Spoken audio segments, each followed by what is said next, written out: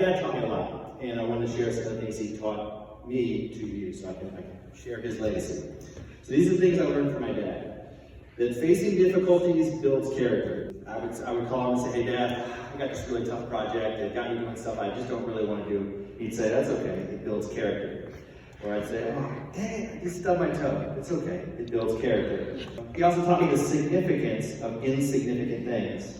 So one Christmas season during high school, my mom and dad wanted to go look at the Christmas lights. And I had plans, and my dad said, no, you need to cancel your plans and go for a ride with my mom and me.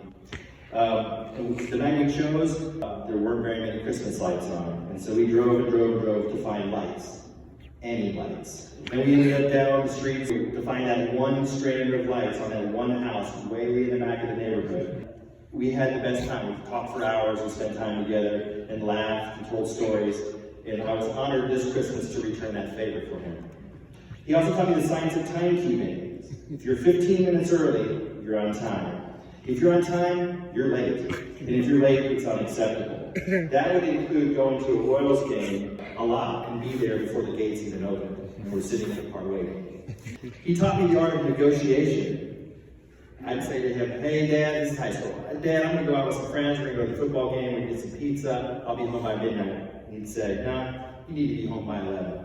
Oh, but Dad, come on, we're gonna go out, it's gonna be a lot of fun. How about I just come home at 11:30? No, you need to be home about 10:45. He would also taught me the timing of a well-placed friend.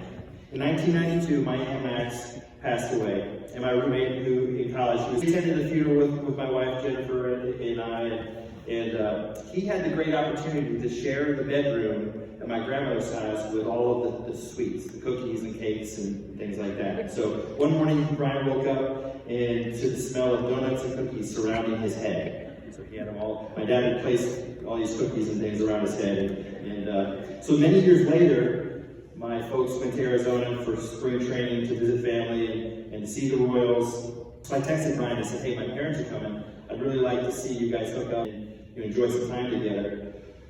So my dad gets a call from the governor of Arizona. And so the governor calls him and says, hey, this is the governor of Arizona.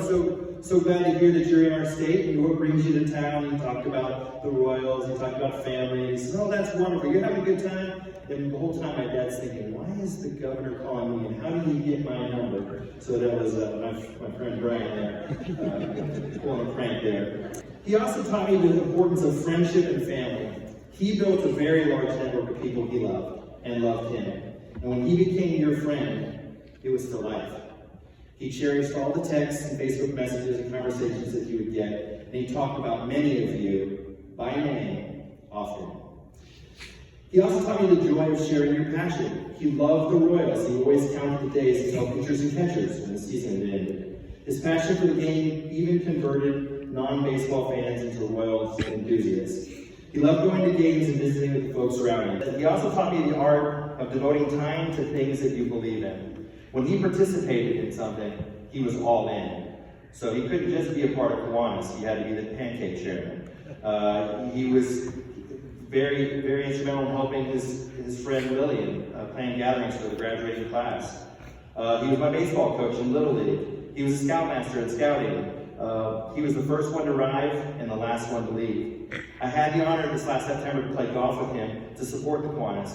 He couldn't see the ball well. His back ached and he stopped after 10 holes. But we had the best time a father and son could have. And that night, we went to a Royals game. He also taught me the rewards of being a role model. As great as he was as a dad when I was a kid, he was a better dad to me as an adult. He taught me a lot over the past year especially about love, about vulnerability, and about intimacy. And he was an excellent example of how to be an involved and loving father. He was kind, he was generous, humble, loving, gentle, passionate, silly, welcoming, and authentic. And this last week, as I was reflecting back on all the good times I had with my dad, I think I'm finally ready to forgive him. Dad, I forgive you for wrongly calling you out at second base when you were a Little League umpire.